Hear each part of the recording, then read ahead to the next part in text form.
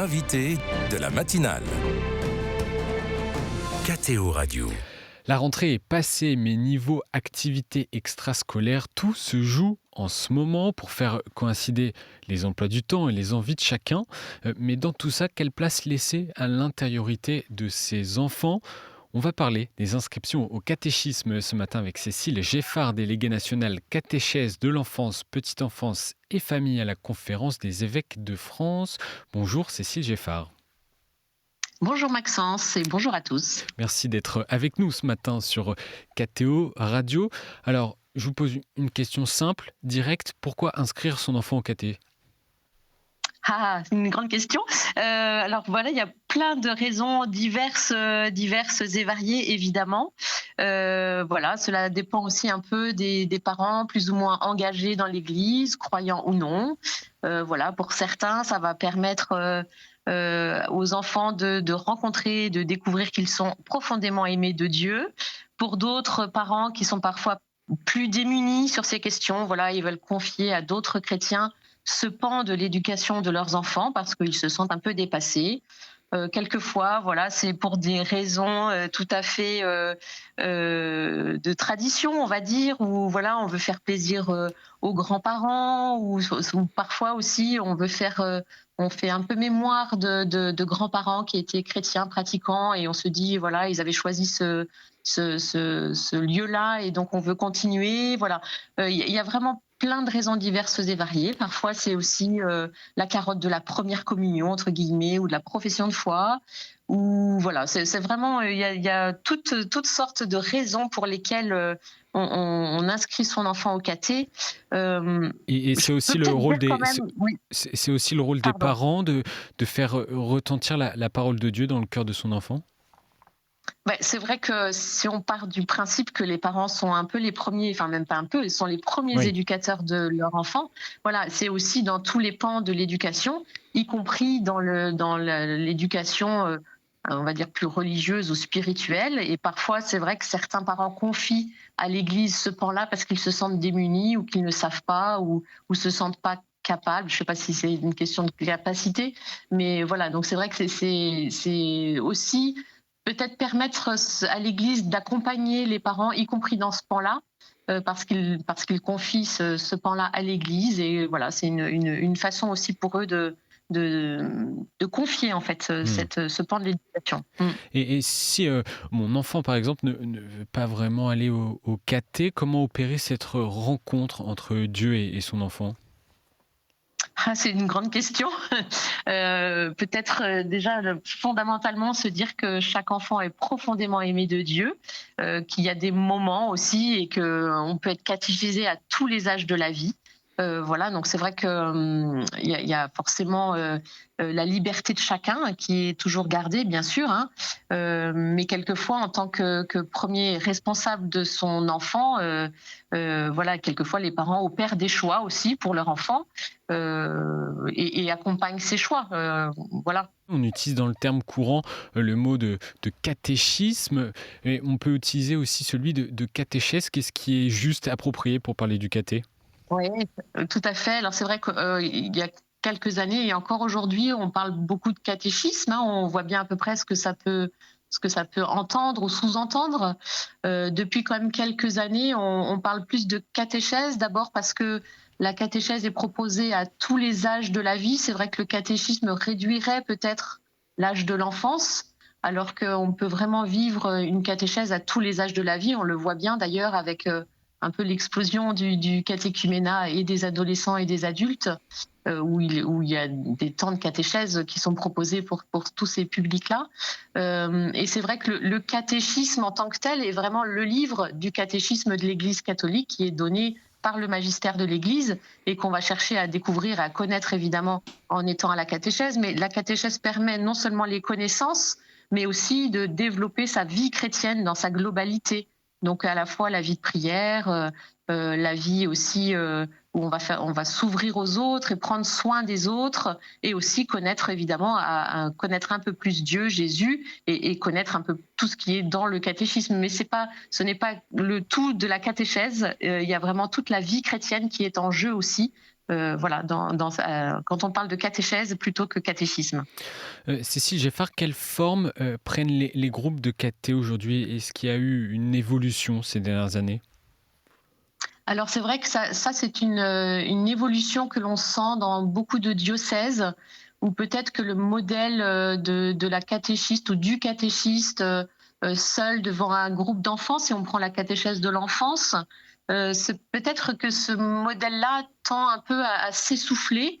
Pour plein de raisons, hein. Il y a aussi le manque de disponibilité de catéchistes, le fait qu'on a peut-être un peu plus de difficultés à trouver des gens disponibles pour 1 heure par semaine. Dans les emplois du temps très chargés des familles, c'est parfois compliqué.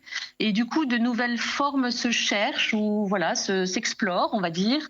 Alors des formes pas nouvelles, hein, parce que quelquefois c'est dans des lieux de patronage, quelquefois ça peut être dans les mouvements tels que le scoutisme ou d'autres mouvements d'enfance ou d'adolescence. Quelquefois, c'est des formules un peu caté-vacances.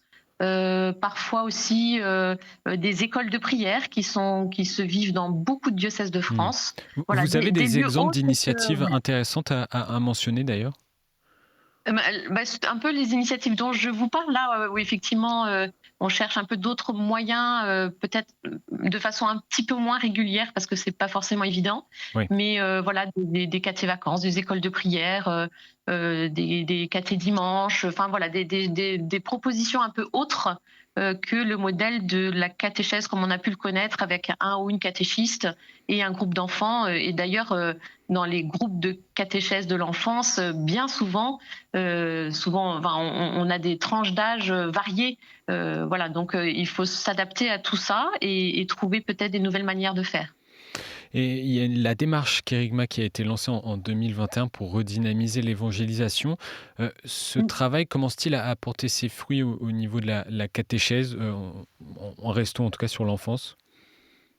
Alors oui, c'est vrai que ça a été un grand mouvement, un peu de souffle, et puis aussi où on a pu voilà, se faire un peu comme un état des lieux, si on veut, de la catéchèse de l'enfance en France.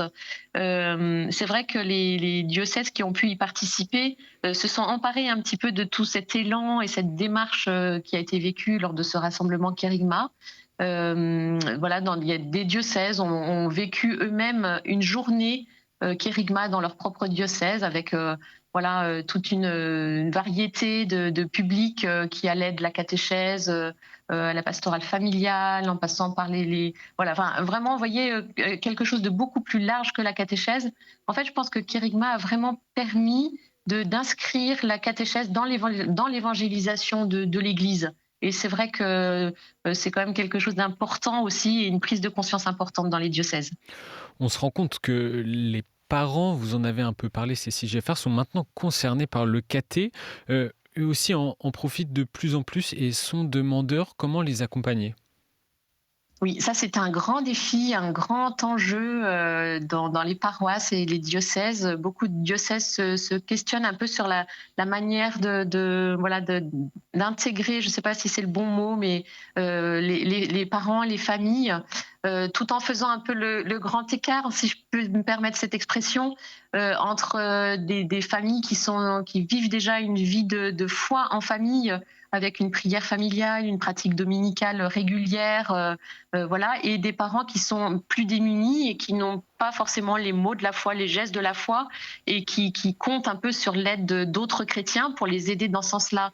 Et il y a une vraie demande, je pense, de compagnonnage, si on peut dire, de toutes ces familles pour leur permettre voilà, de découvrir aussi avec leurs enfants. On voit aussi dans le catéchuménat des adultes, vous savez, il y a toujours un moment où voilà, il y a un peu une relecture de sa vie en fait avec Jésus et ce qui permet de demander les sacrements de baptême, de confirmation et d'Eucharistie. Et quelques parents disent ce qui les a mis en route, c'est la catéchèse de leur enfant.